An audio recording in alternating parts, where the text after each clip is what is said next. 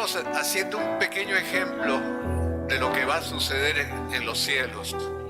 Cuando todos nosotros, cuando miles de millones de personas y ángeles estén delante del trono y adorando su santo nombre, lo que hacemos nosotros, niño, pero cuando estemos en los cielos, allá en el reino de Dios, cuando alabemos, temblará todo, porque su presencia será grande. Gracias, Señor, te damos. Gracias porque así, Señor, lo único que tú nos estás mostrando, Señor, es una sombra de todo lo que irá a pasar arriba. Te damos gracias. Te adoramos, Señor. Nos postramos delante de ti y entregamos, Señor, todo aquello que tú nos has dado, porque a ti te pertenece. Gracias. Bendice tu palabra. Prepara los corazones, te pedimos. En el nombre de Jesucristo, nuestro Señor y Salvador. Amén. Amén. ¿Cuántos dicen amén? Amén. Amén. Dale un aplauso al Señor. Aleluya. Aleluya. Tomen asiento, hermanos. Gloria sea al Señor.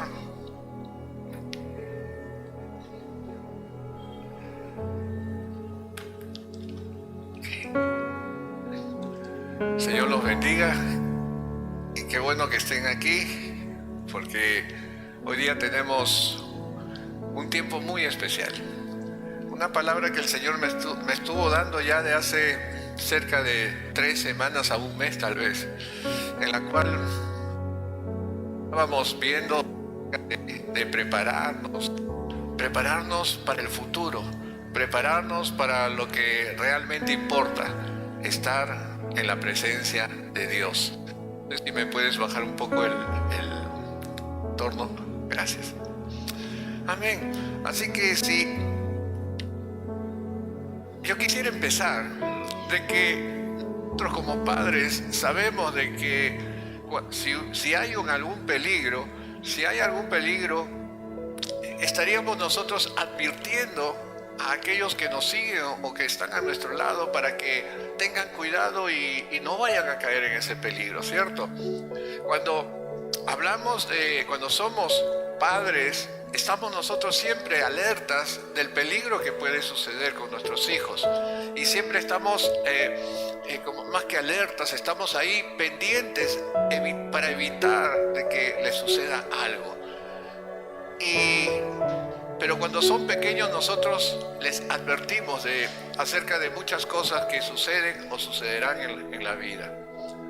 ¿Y sabes qué? Esto no es nuevo. El Señor nuestro Dios, desde muchos siglos atrás, desde el Antiguo Testamento, nos ha venido advirtiendo acerca de nuestras conductas, nos ha venido advirtiendo acerca de no caer en una esclavitud, nos ha venido advirtiendo acerca de que solamente Jesucristo es el camino, la verdad y la vida. Nos ha venido advirtiendo de que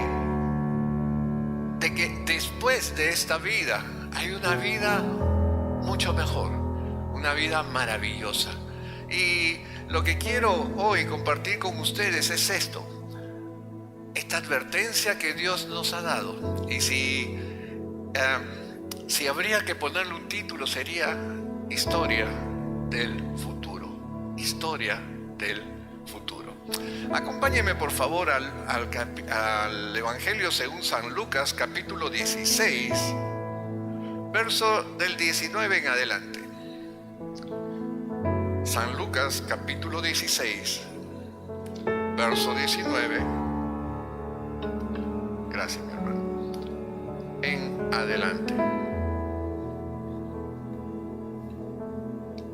Y dice así: había un hombre rico que se vestía de púrpura, de lino fino, y hacía cada día banquete con esplendidez. Había también un mendigo llamado Lázaro que estaba echado a la puerta de aquel lleno de llagas, y ansiaba saciarse de las migajas que caían de la mesa del rico. Y aún los perros venían y le lamían las llagas. Aconteció que murió el mendigo y fue llevado por los ángeles al seno de Abraham. Y murió también el rico y fue sepultado.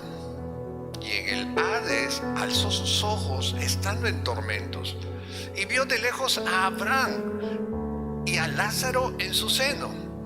Entonces él, dando voces, dijo: Padre Abraham, ten misericordia de mí, y envía a Lázaro para que moje la punta de su dedo en agua y refresque mi lengua, porque estoy atormentado en esta llama. Pero Abraham le dijo: Hijo, acuérdate que recibiste tus bienes en vida y Lázaro también males, pero ahora este es consolado aquí y tú atormentado. Además de todo esto, una gran cima está puesta entre nosotros. Pero además de, y de manera que los que quisiesen pasar de aquí a vosotros no pueden ni de allá pasar acá. Entonces le dijo: te ruego pues, Padre, que le envíes a la casa de mi padre, porque tengo 5 hermanos, para que les testifique, a fin de que no vengan ellos también a este lugar de tormento. Y Abraham le dijo: a Moisés y a los profetas tienen, óiganlos. Él entonces dijo: no, Padre Abraham, pero si alguno fuere a ellos de entre los muertos, se arrepentirán. Mas Abraham le dijo: si oyen a Moisés y a los profetas, tampoco se persuadirán, aunque alguno se levantare de los muertos. Señor, te damos gracias por esta palabra. Ayúdanos, Señor, te pedimos, para que podamos entender lo que tú nos quieres hablar en esta mañana. Gracias te damos, en el nombre de Jesucristo, nuestro Señor. Amén y amén.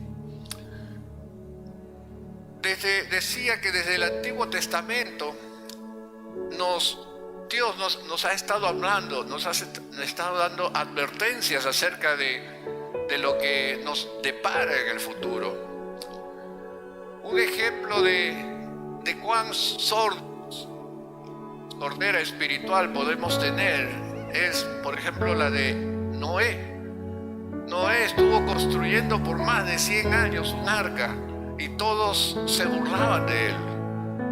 Se estuvo hablando acerca de Jesucristo y no creyeron cuando llegó Jesucristo. Y también estuvo hablando Dios a través de los profetas acerca de lo que va a venir. Y San Juan en capítulo 3 verso 16, con mucho amor escribe: de tal manera Dios amó al mundo, que envió a su Hijo unigénito, para que todo aquel que en él crea no se pierda, mas tenga vida eterna. De una manera muy poética, no muy bonita. Tal vez si hubiese sido un poco más drástico, yo de repente lo hubiese escrito así: de tal manera amó Dios al mundo, que envió a su Hijo unigénito, para que todo aquel que en él crea no vaya al infierno. Un poco más duro, ¿cierto? Pero estamos hablando el mensaje que Dios quería decirnos a nosotros. Y eso es lo que ha estado sucediendo. Si yo pregunto a cada uno de ustedes acerca de qué murió Jesucristo, usted de repente me dirá: por mis pecados, para que tenga vida eterna. Qué bonito, todo está bien. Pero ninguno me va a responder: para que no vaya al infierno. Porque nosotros que no queremos aceptar de que hay esa posibilidad, si es que no creemos en Jesucristo. Y es interesante esta parábola del rico y Lázaro, porque en principio el único que lo inscribe es Lucas. ninguno de los otros 3 evangelistas o 3 evangelios encontramos esta parábola. Sin embargo, lo encontramos solamente acá en Lucas. Y la pregunta que nos deberíamos hacer es, nos habla del rico que está en un lugar de tormentos y Lázaro que está en el seno de Abraham. Y nos preguntamos, ¿qué parte, si cuando morimos, qué parte de nosotros va a ir a este lugar? Ya sea al lugar donde está el padre Abraham o el lugar donde está el rico. Parte de nosotros, ¿te has puesto a pensar? Vamos a empezar primeramente para llegar a de lo que estoy mencionando en la Biblia acerca de cómo está compuesto nuestro ser. Vamos, License, parece ser que hay problemas con el... ¿Cambiamos? A ver. Primera de Tesalonicenses, capítulo 5, verso 23.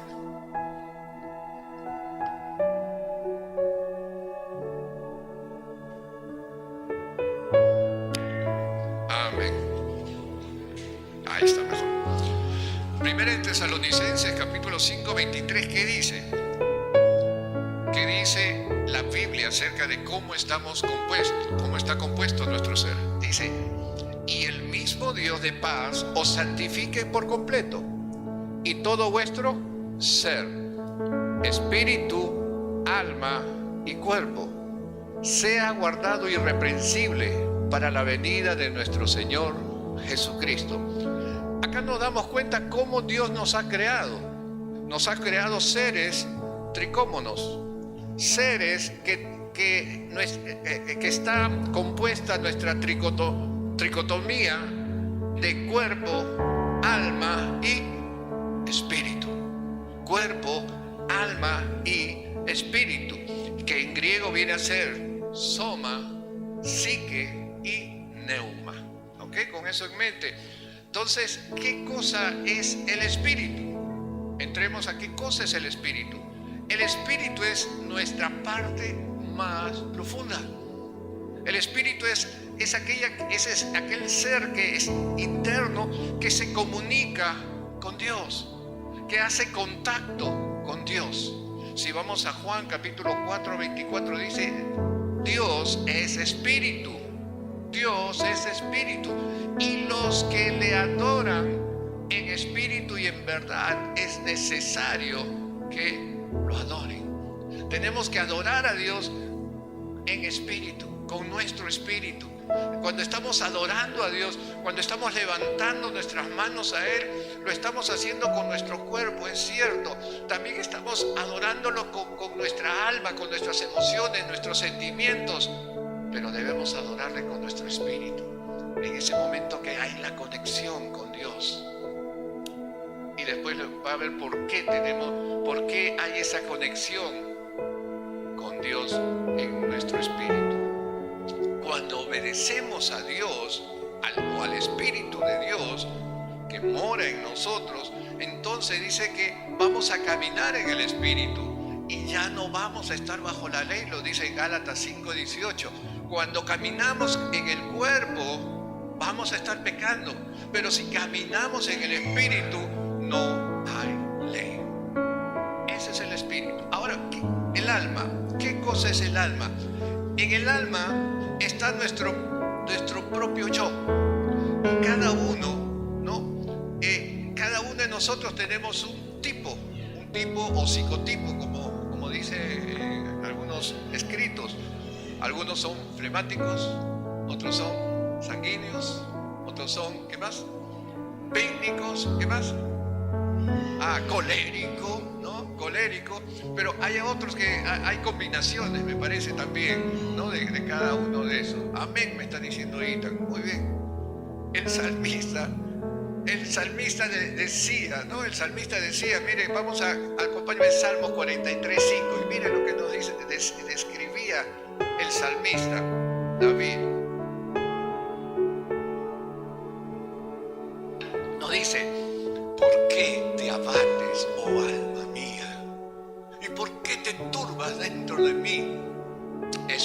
espera en Dios, dice, porque aún he de alabarle, salvación mía y Dios mío. El Espíritu estaba diciendo a su alma: ¿por qué te abates? ¿Por qué te turbas? ¿Por qué te sientes mal? Alma mía, le decía, ¿no? El alma estaba alimentando y ayudando, animando a su propio espíritu, o el Espíritu estaba animando a su propia alma. Salmo 35:9, mire cómo dice: entonces mi alma se alegrará en Jehová, se regocijará en su salvación. Cuando en el alma están entonces, por lo tanto, las emociones, los sentimientos y los pensamientos, ¿no? Cuando dice: ¿por qué te abates, alma mía? Hay un pensamiento ahí, hay un pensamiento también ahí. Porque y el Señor Jesucristo dijo en Mateo 15:19, por favor, si pudieran ponerlo, Mateo 15:19 dice, esto es grande: porque del corazón, dice, salen los malos pensamientos. ¿Escuchó? Porque del corazón salen los malos pensamientos, los homicidios, los adulterios, las fornicaciones, los hurtos, los falsos testimonios, las blasfemias. ¿De dónde salen entonces esos pensamientos? Del alma. De ahí sale, de esa alma pecaminosa que tenemos. Cardia habla de sentimientos. Cardia en el griego habla no solamente de sentimientos, no solamente de corazón, sino también de pensamientos. ¿El corazón piensa? No, obviamente que no piensa el corazón, pero es una forma figurativa, es una forma poética de decir, ¿no?, del alma, acerca del alma. Ahora, el cuerpo. ¿Qué es el cuerpo? El cuerpo es la parte visible que está en nuestros ojos y nos vemos a cada uno de nosotros. Es el que ha formado el Señor. Génesis 2:7, capítulo 2, versículo 7 dice: entonces Jehová Dios formó al hombre del polvo de la tierra y sopló, estamos hablando de neuma, en su nariz aliento de vida, dice, ¿no? Y fue el hombre un ser viviente. Cuando dice y sopló en su nariz aliento de vida, hay una palabra hebrea muy importante que es neshama. Y el neshama significa intelecto, significa psique, significa alma, significa el Espíritu de Dios. O sea que cuando Dios nos dio la vida, nos dio la parte mental, nos dio el alma, nos dio las emociones y también nos dio el Espíritu. Ok, con esto en mente, ahora sí, ¿qué dice la Biblia acerca de a dónde va nuestro ser trigonómico? ¿A dónde va nuestro ser cuando partimos de este mundo? ¿Te has puesto a pensar alguna vez a dónde va a ir tu cuerpo?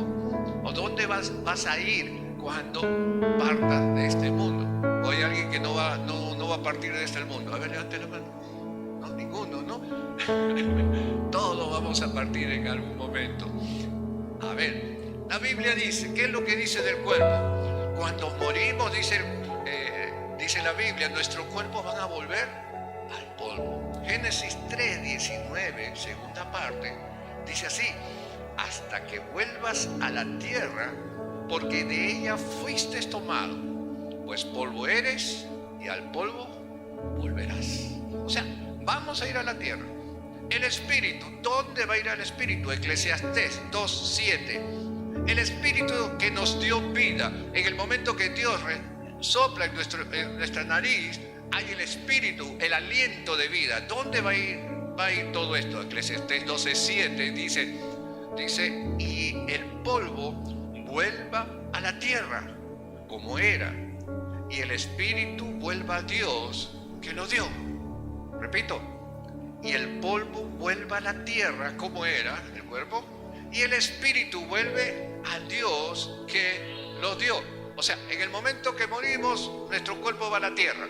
y el espíritu vuelve al Dios quien fue que nos dio. ¿Y ahora qué pasa con el alma?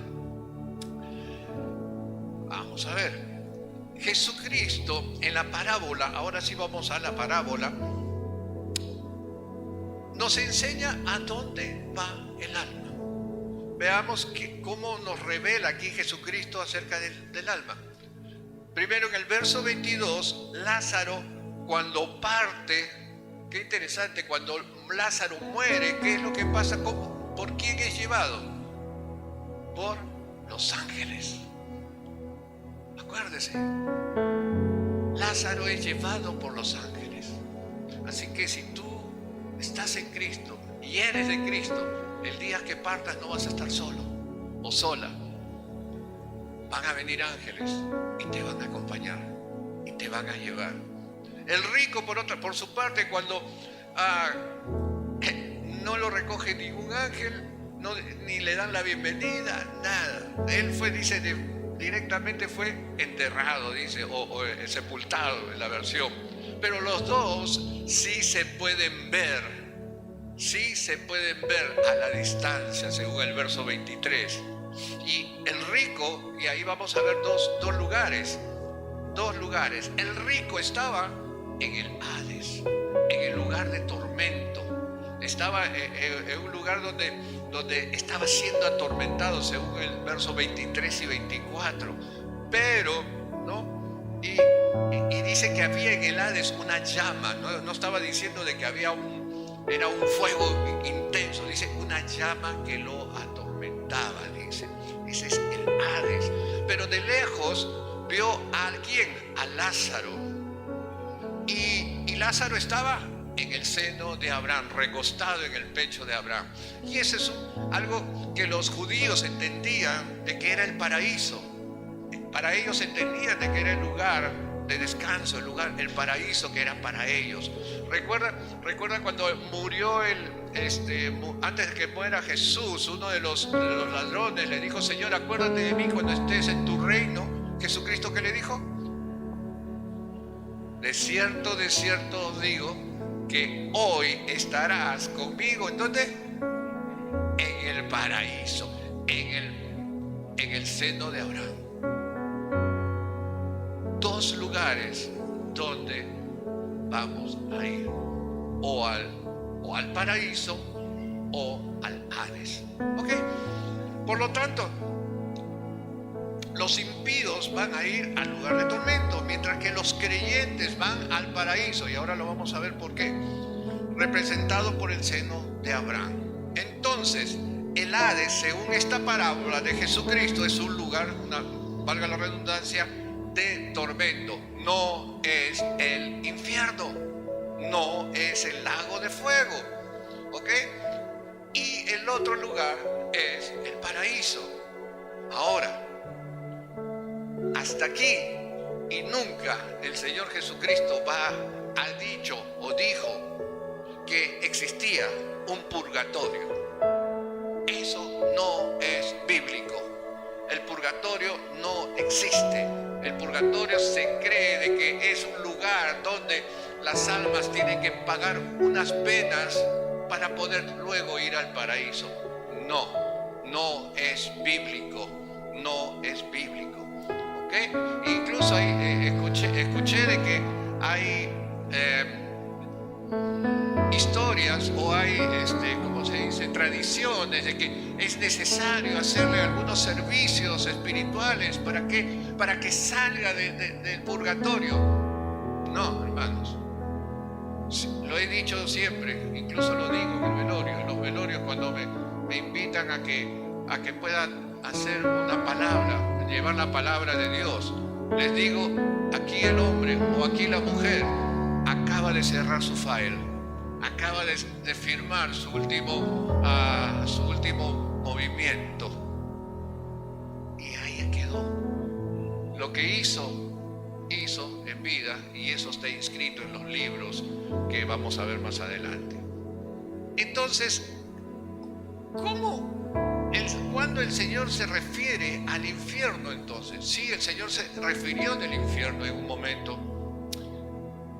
Hemos hablado que el Hades no es el infierno, pero comúnmente, escuche, comúnmente se referían como si fuera el infierno, pero Jesús hace una diferencia.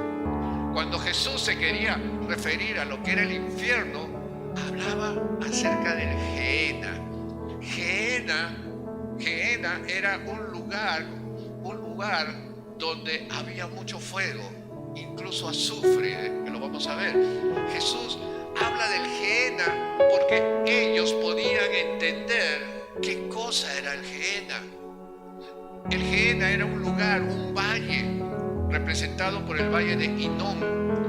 Fue un valle que fue hecho en el año 638 antes de Cristo.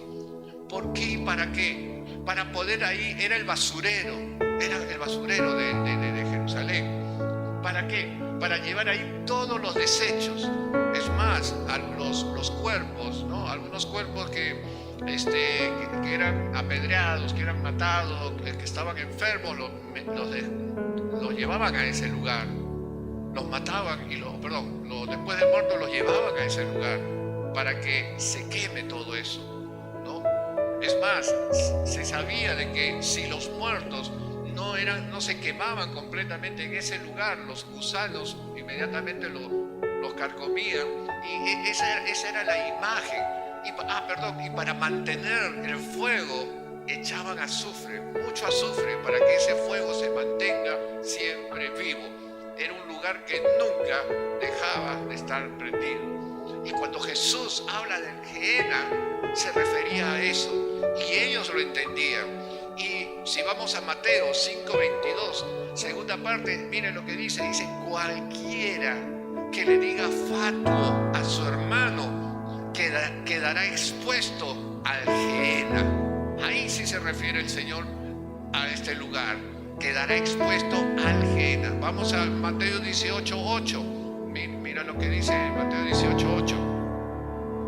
Por tanto, si tu mano o tu pie te es ocasión de caer, córtalo y échalo de ti. Mejor te es entrar en la vida o en el reino de Dios cojo o manco, que teniendo dos manos o dos pies y ser echado en el Gehenna. Ahí se refería el Señor. Ahí se refería el Señor. Entonces, el Gehenna era ese lugar que era distinto, completamente distinto a el Hades. Gracias. El Hades. Ahora, ¿y cuál era y cuándo empieza lo del lago de fuego? Vamos a Apocalipsis. Ahora nos vamos al último libro del Apocalipsis, capítulo 19, verso 20, el último libro de la Biblia.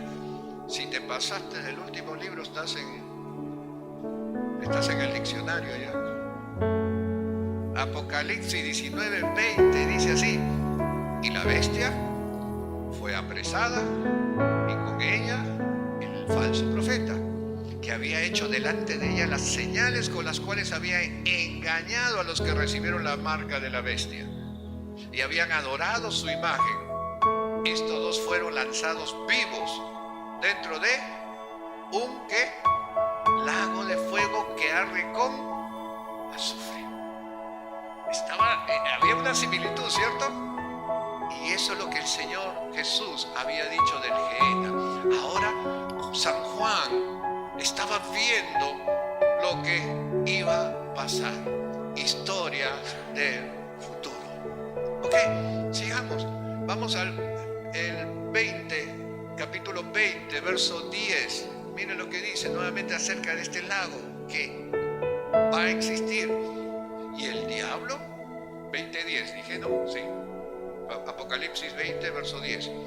Dice: y el diablo que los engañaba fue lanzado en el lago de fuego y azufre, donde estaban ya la bestia y el falso profeta, y serán atormentados día y noche por los siglos de los siglos. Y mira lo que dice 14 y 15, por favor.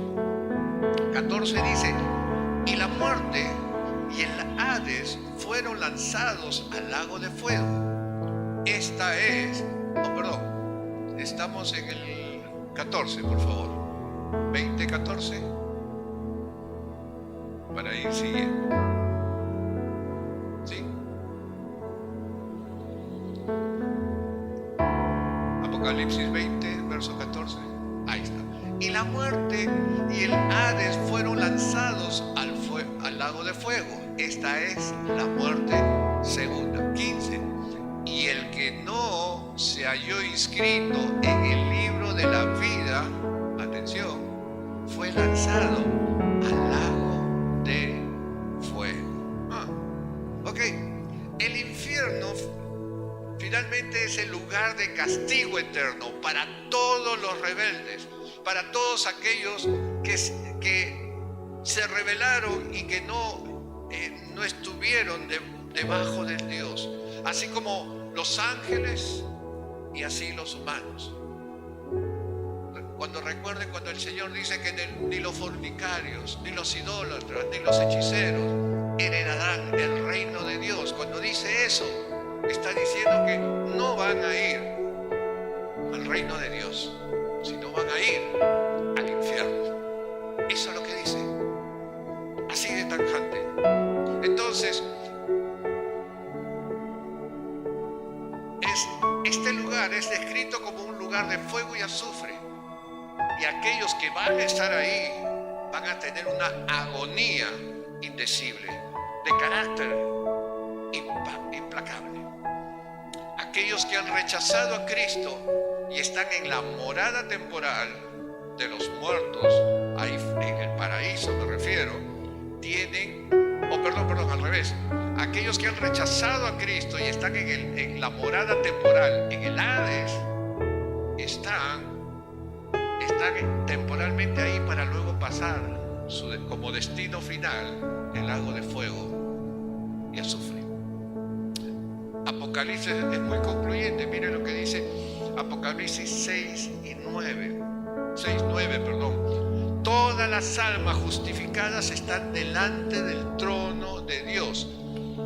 Apocalipsis ve que todas las almas justificadas en Cristo Jesús están delante del trono de Dios. Miren lo que dice Apocalipsis 6:9. Dice, cuando abrió el quinto sello, dice San Juan, dice, vi bajo el altar las almas de los que habían sido muertos por causa de la palabra de Dios y por el testimonio que tenían.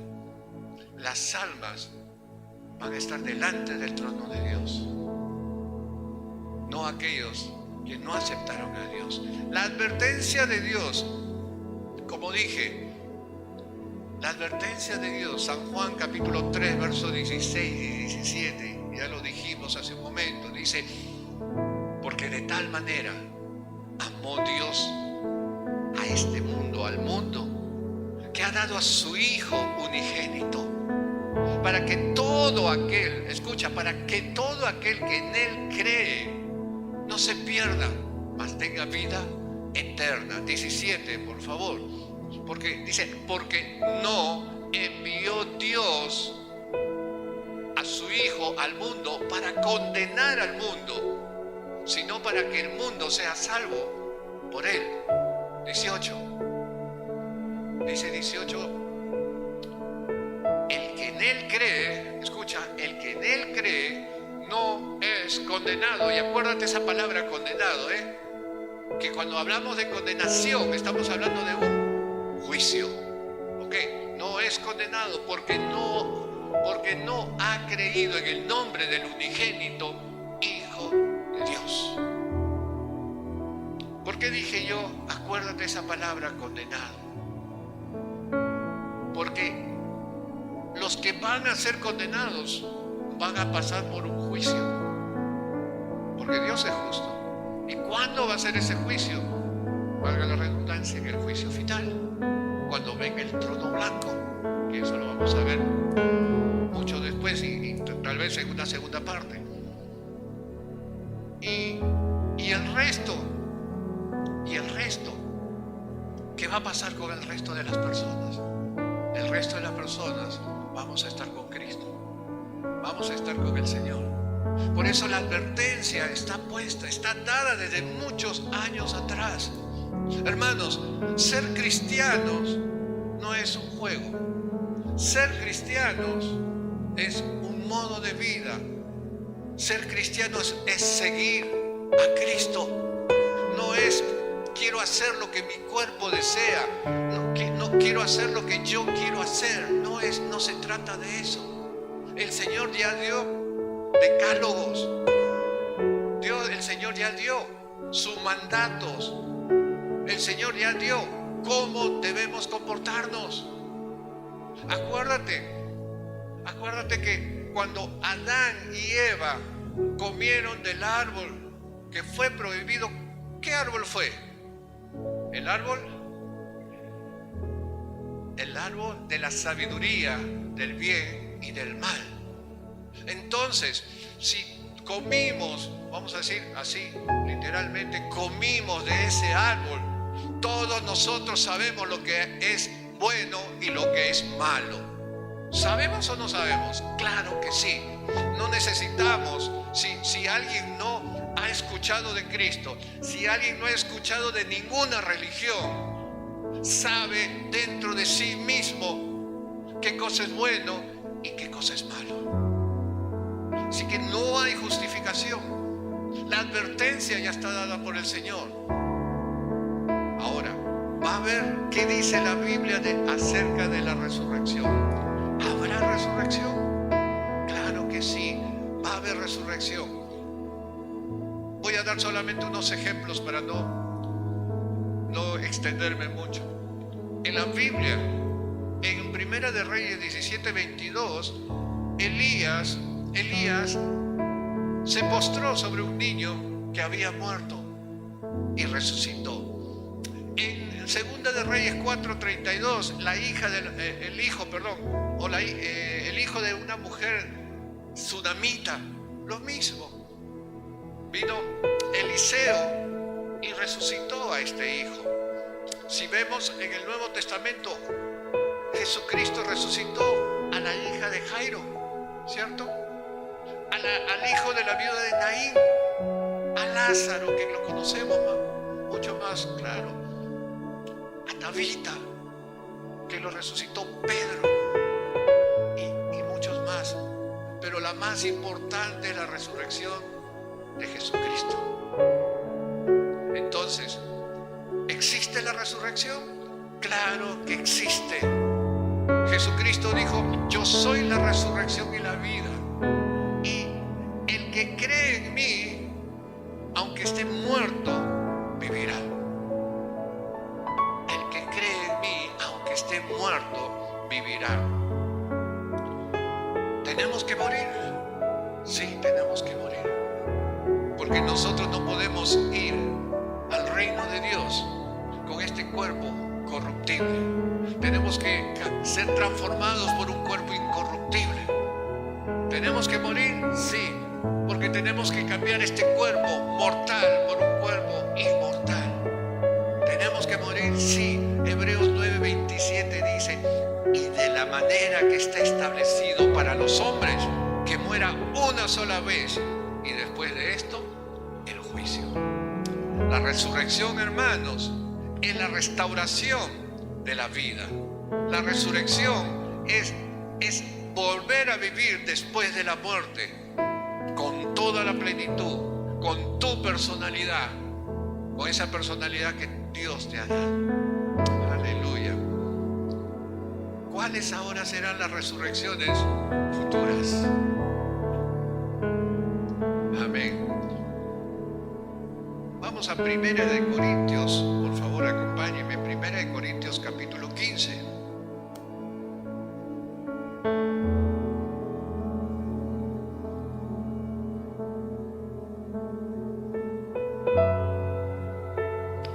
Dice así, capítulo 15, verso 42, perdón. En esta primera resurrección van a participar todos los que murieron en Cristo. ¿Ok? Todos los que murieron en Cristo. Todos los santos serán levantados de su tumba. Verso 42 dice: así también es la resurrección de los muertos. se siembra en corrupción y resucitará en incorrupción. Verso 50, por favor. Verso 50 dice: pero esto digo, hermanos, que la carne y la sangre no pueden heredar el reino de Dios, ni la corrupción hereda la incorrupción. Verso 51. He aquí os digo un misterio. No todos dormiremos, pero todos seremos transformados. 53 dice: porque es necesario que esto corruptible se vista de incorrupción y esto mortal se vista de inmortalidad. Entonces, ¿va a haber resurrección? Sí, va a haber resurrección. ¿Y cuándo va a haber esta primera resurrección? Porque va a haber dos resurrecciones, Toma nota. Esta primera resurrección va a ser cuando Cristo venga por nosotros. Aleluya. Estamos hablando acerca del arrebatamiento de la iglesia. Existen dos teorías. Uno que será antes de la tribulación, otros dicen que va a ser después de la tribulación y antes de la gran tribulación. Eso no lo vamos a ver ahora, pero sí concordamos que va a ser antes del gobierno milenario de Jesucristo. Dice 1 Tesalonicenses 4, verso 13, 17. Miren, vamos a leer lo que dice la Biblia sobre el arrebatamiento. Dice así: tampoco queremos, hermanos, que ignoréis acerca de los que duermen, para que no os entristezcáis como los otros que no tienen esperanza. Porque si creemos que Jesús murió, dice, y resucitó, así también traerá Dios con Jesús a los que durmieron en él. 1 Tesalonicenses 4, versos 13 al 17. Sí, 1 Tesalonicenses 4, 13 al 17. Dice: traerá Dios con Jesús a los que durmieron en él. Por lo cual os decimos esto en palabra del Señor, que nosotros que vivimos, que habremos quedado hasta la venida del Señor, no precederemos a los que durmieron, porque el Señor mismo, con voz de mando, con voz de arcángel y con trompeta de Dios, descenderá del cielo, y los muertos en Cristo resucitarán, ¿qué? Primero. Muy bien. Luego, nosotros los que vivimos, los que hayamos quedado, seremos arrebatados juntamente con ellos en las nubes para recibir al Señor en el aire, y así estaremos siempre con el Señor. Aleluya. Bienaventurado y santo el que tiene parte en la primera resurrección. La segunda muerte no tiene potestad sobre esto, sino que serán sacerdotes de Dios y de Cristo y reinarán con él 1000 años. Apocalipsis 26. ¿Qué? ¿Va a haber una segunda muerte? Ahí hay otro misterio que el Señor ya nos los ha explicado. Entonces, ¿pero qué va a suceder entonces cuando haya el arrebatamiento? ¿No?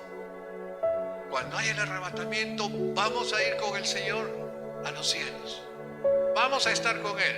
Pero ¿qué va a estar pasando paralelamente aquí en la tierra? Dijimos que la tierra debe estar en la tribulación. En la tribulación, ¿sí? Se presentará el anticristo, dirá: todo está bien, no se preocupen, vamos a hacer señales, va a haber prodigios. Yo soy el hombre que estaban esperando, paz en el mundo, etcétera, etcétera. Pasarán 3 años y medio y ahí es donde se agrava la cosa. Ahí es donde, si eres de Cristo, eres muerto. Si quieres comprar o vender, vas a tener la señal, el 666. Y si no eres de Cristo, vas a ser perseguido. Recuerda parábola de la fiesta de boda? ¿Sí? Lo que Jesús enseñó en la parábola, que el Padre iba a hacer una gran fiesta, una gran boda, porque su hijo se casaba y nadie quería ir. Nadie. ¿Recuerdan? Que eso es lo que estaba diciendo el Señor Jesucristo, que habrán muchos que a los que invitó no fueron, a los que venían para darles el privilegio de estar en esa boda no fueron, y al final tuvieron que invitar a todos los que estaban por ahí, nosotros, a los gentiles. Por eso dijo: no te sorprendas, decía el Señor Jesucristo, no se sorprendan que cuando estemos allá en los cielos, en la mesa, en la gran mesa, habrá de todas las familias, de todos los lugares, del norte, del sur, del este y del oeste vendrán. Y se cumplirá la promesa a Abraham: en ti serán benditas todas las familias de la tierra. Aleluya. ¿Y qué cosa hay en una fiesta? ¿Qué cosa hay en una boda? O mejor dicho, después de la boda, ¿qué hay? Una gran fiesta, ¿no? Ana Karen, ¿recuerdan cómo fue su fiesta?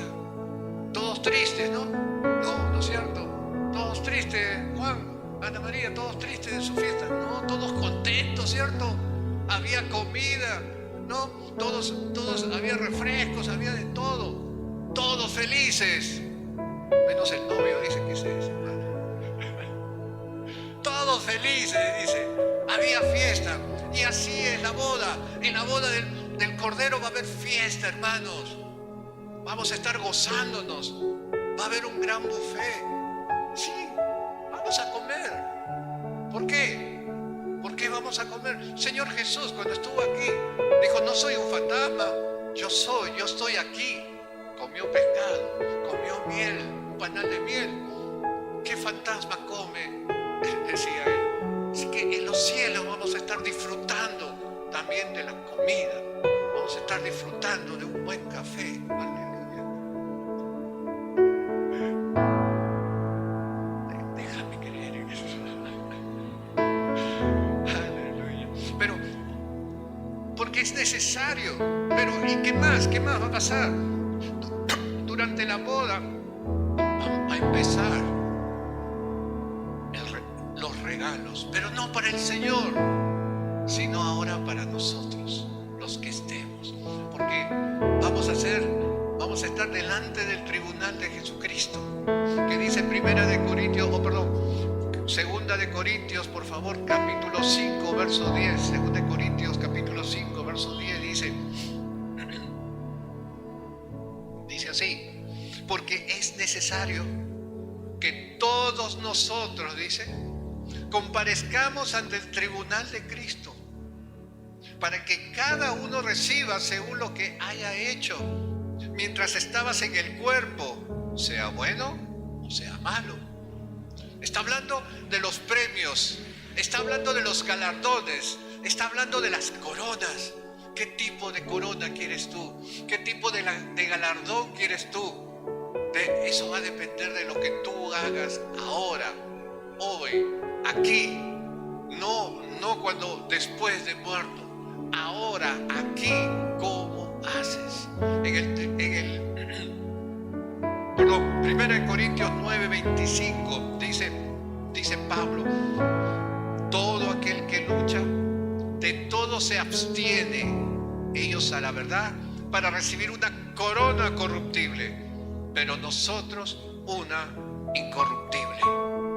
Si tú quieres recibir una corona, una bella corona, te tienes que abstener de muchas cosas, de muchos placeres mundanos, para recibir algo bueno. La palabra de Dios nos dice, Pablo nos enseña que todo nos es lícito, absolutamente todo nos es lícito, mas no todo nos conviene.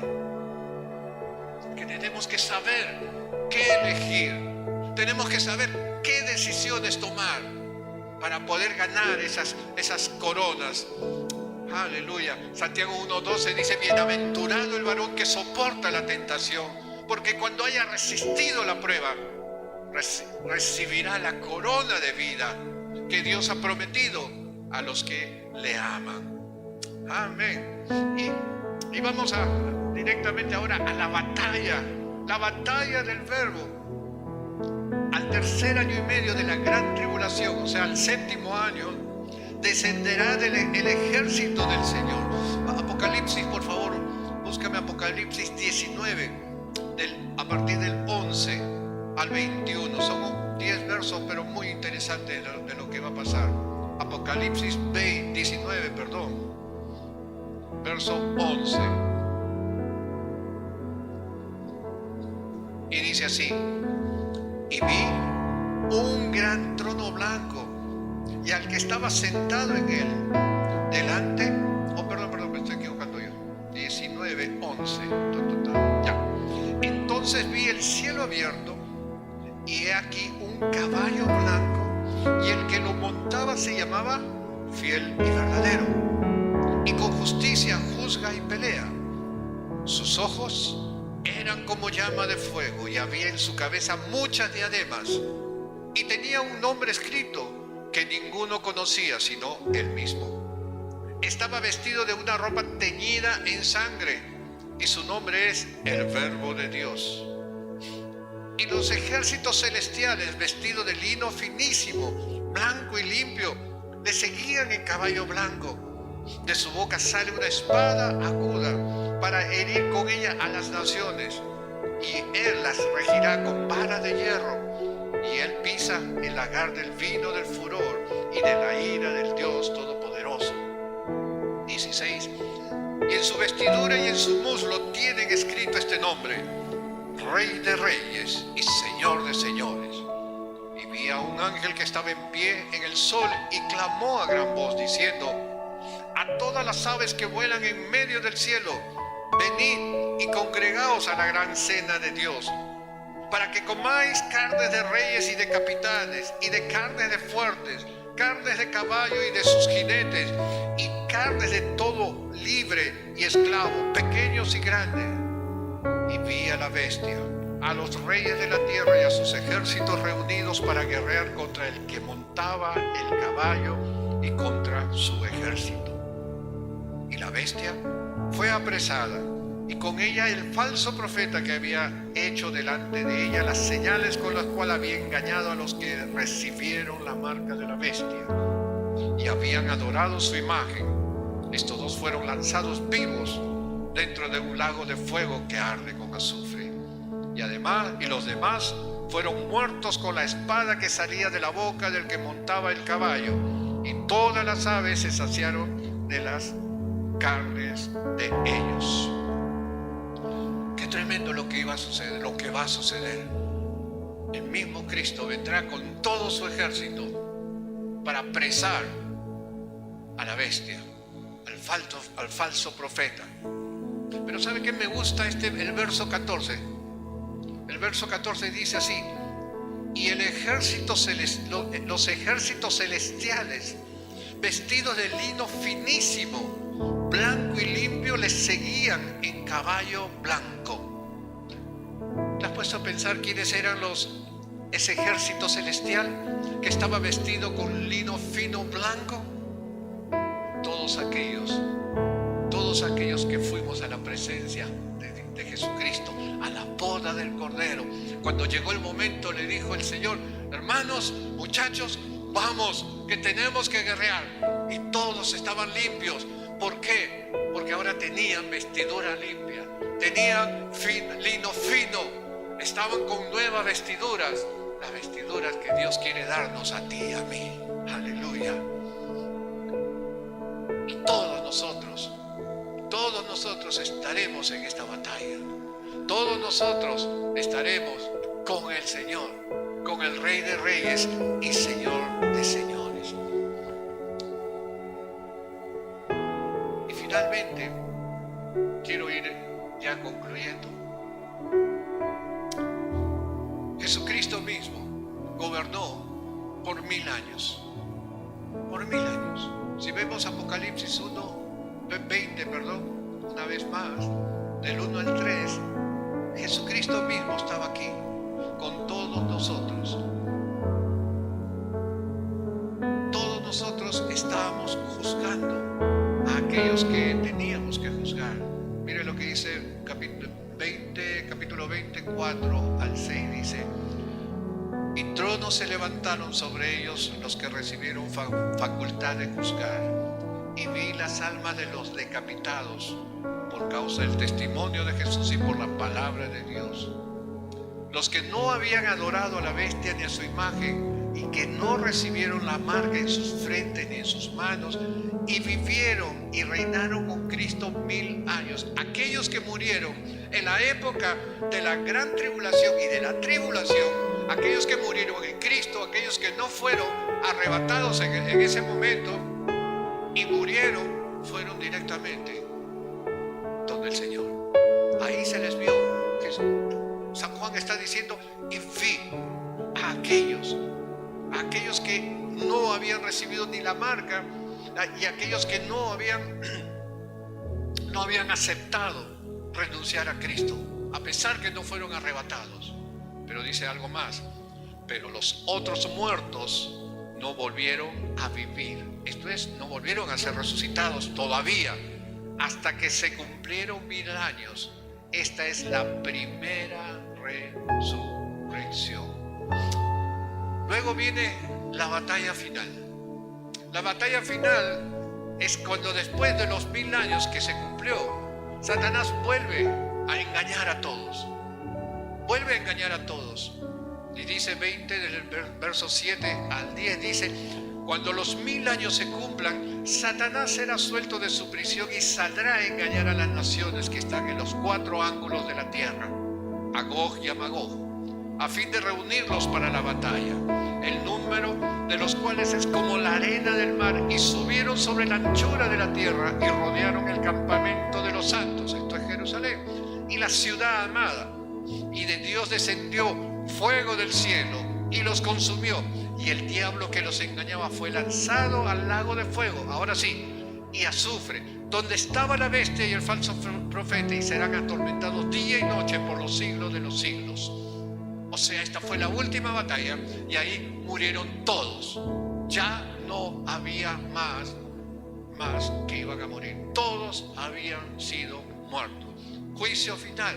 Apocalipsis, y aquí voy culminando. Apocalipsis capítulo 20 del 11 al 12, mira lo que dice: y vi un gran trono blanco, y al que estaba sentado en él, delante del cual huyeron la tierra y el cielo, y ningún lugar se encontró para ellos.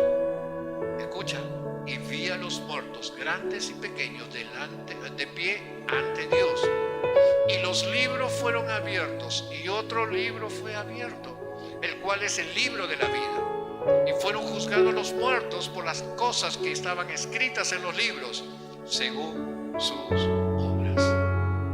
Hermanos, aquí fueron resucitados ya aquellos que no habían sido resucitados, aquellos que habían muerto sin Cristo. Ahora sí habían sido resucitados, pero para ponerse delante de Dios Todopoderoso, para el juicio de Dios, delante del trono blanco. Hermanos, el mar dice que entregó todos los que habían sido ahogados. El Hades, donde estaban en ese momento, fueron entregados y fueron juzgados. Y se abrieron los libros, en plural, 2. Y otro más, el libro de la vida, 3. ¿Cuáles eran esos 2 libros? Uno, la Torá, el Pentateuco, el Antiguo Testamento, la ley. El otro eran las obras, el libro de las obras. Dije en un inicio que Dios, o mejor dicho, el hombre comió del árbol del bien y del mal. Ahora iba a ser juzgado por Dios según sus obras, según lo que había hecho. Y dice más, que si no estaba escrito en el libro de la vida, iba a ir al lago de fuego eterno. Hermanos, aquellos que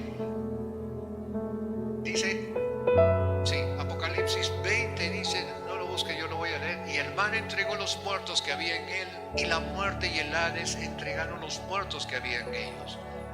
Y fueron juzgados cada uno según sus obras. Y la muerte y el Hades fueron lanzados al lago de fuego. Esta es la segunda muerte, o muerte segunda.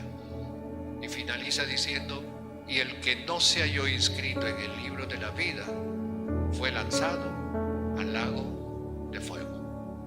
Hermanos, todo lo que estoy diciendo hasta aquí, tal vez usted dirá bastante largo. Esta es la advertencia de Dios. No solamente debemos de jugar a ser cristianos, debemos ser cristianos realmente. El Señor nos va a juzgar. Vamos a estar, sí, en el tribunal de Cristo. Sí, pero también recuerda, ¿por qué digo que nos va a juzgar? Recuerda que si tú estás jugando a ser cristiano, cuidado, cuidado. Acuérdate las parábolas de las vírgenes. Tantas parábolas que el Señor ha dicho, que cuando se cierre la puerta y quieran entrar, toquen la puerta, el Señor va a decir: Señor, pero si en tu nombre hemos echado demonios, si en tu nombre hemos predicado, si en tu nombre... ¿Qué dirá el Señor Jesús? Los mirará y les dirá: no los conozco, hacedores de maldad. Pero si habían estado con Jesús, si habían estado comiendo con Él, si habían estado cerca de Él, entre comillas, el Señor Jesucristo dijo y enseñó, y que nos va a decir: no te conozco, hacedor de maldad. La advertencia está puesta, hermanos. Seamos cristianos. No juguemos a la iglesia. No juguemos a ser cristianos. Seamos cristianos. He visto por ahí una Biblia que decía: hombres de integridad, mujeres de integridad, cristianos de integridad. Y de esa manera agradaremos a nuestro Señor. Amén. Vamos a ponernos de pie. Aleluya.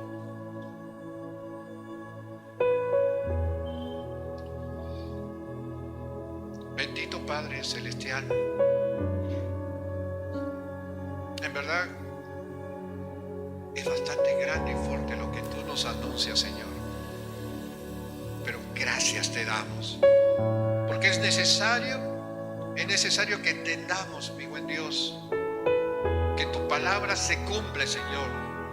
Todo se va a cumplir, Señor. Y que tú viniste, Señor, por amor de nosotros.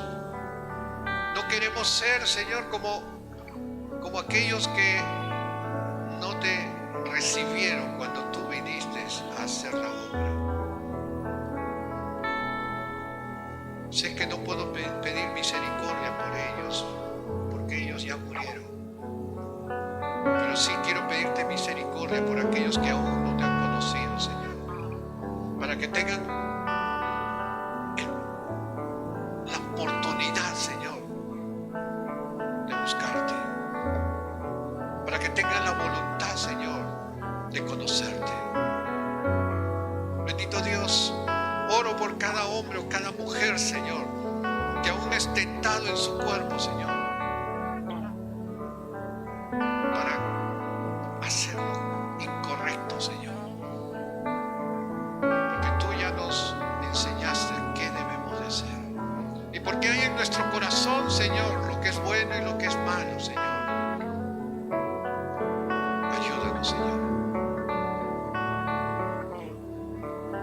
Bendigo, Señor, a cada hombre, a cada mujer que hoy, Señor, recibió esta palabra y que decide hacer un cambio en su vida. Lo bendigo para que tú estés obrando en él, en ella. Como dice tu palabra, aquel que empezó la buena obra será fiel en culminarla. Y sabemos que tú la culminarás, oh Jesús. Gracias te doy. Y bendigo y oro por cada hombre y mujer que está enfermo en este lugar, en algún lugar, que nos está viendo a través de estas cámaras, para que el Señor esté tocando sus vidas, esté tocando cada célula de su organismo y esté sanando, Señor, de todo mal. Bendito eres, Señor. Te alabamos, te adoramos y levantamos nuestras manos a ti en señal de adoración y en señal, Señor, de rendición. Gracias te damos en tu santo nombre.